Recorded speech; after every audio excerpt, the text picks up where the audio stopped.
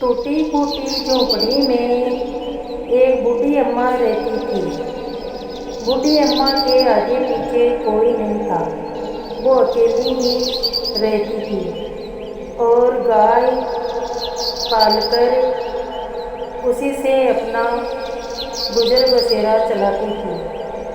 बूढ़ी अम्मा के पास बहुत सारी गायें थीं। एक दिन सुबह का समय था। बूढ़ी अम्मा गाय को घास खिलाने के लिए गई और जब घास डाल रही थी तो गाय की थान में बूढ़ी अम्मा ने भगवान कृष्ण को देखा।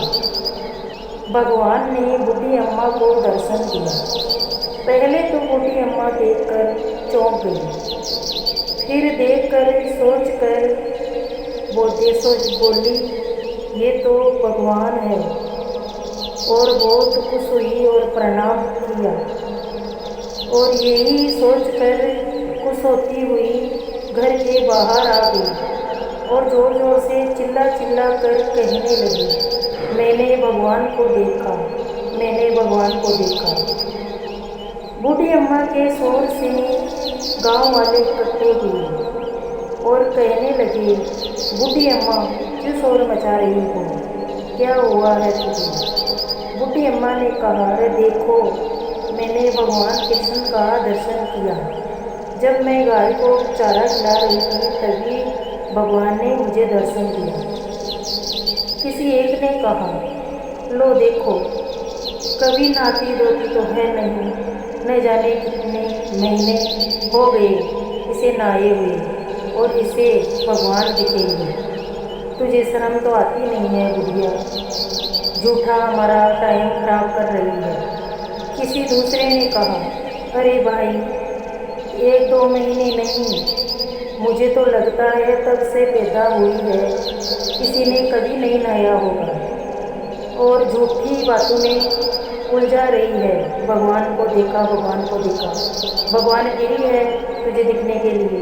भगवान के पास और कोई काम नहीं है जो तू कभी नहाती धोती है नहीं। इतनी गंदी बदबू आ रही है और कह रही है मुझे भगवान दिख रहा है। शर्म कर, लाज कर बुढ़िया, हमारा टाइम खराब मत कर। अब ऐसे सब बातें सुनकर बूढ़ी अम्मा बहुत दुखी हुई और कहने लगी, चलो मेरे साथ, मैं तुम लोगों को भी भगवान का दर्शन कराती हूँ। जब बूढ़ी अम्मा जाकर देखी तो वहाँ भगवान नहीं थे।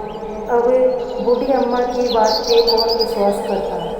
बूढ़ी अम्मा रो रो के कहने लगी, हाथ जोड़कर पुकार लगाने लगी, हे भगवान, जैसे मुझे दर्शन दिए हैं वैसे ही इन सब को दर्शन दीजिए, वरना मेरी बात पर कौन विश्वास करेगी। बूढ़ी अम्मा के बार बार कहने पर भगवान को दया आ गई और एक बार फिर दर्शन दिए। सब गांव वाले देखकर हैरान रह गए और हाथ जोड़कर खुद की गलती मानते हुए बूढ़ी अम्मा से माफ़ी मांगी और कहने लगे, हमें क्षमा करें बूढ़ी अम्मा। इसीलिए भगवान तो इंसान की आत्मा को देखते हैं और ये नहीं देखते कौन नाता है कौन नहीं नाता। भगवान तो इंसान की अंदर की आत्मा को ही देख कर रहते हैं कि वो कैसा है इंसान। भगवान को इंसान की शक्ल से, शरीर से कोई लेना देना नहीं है, बस आत्मा साफ सुथरी होनी चाहिए।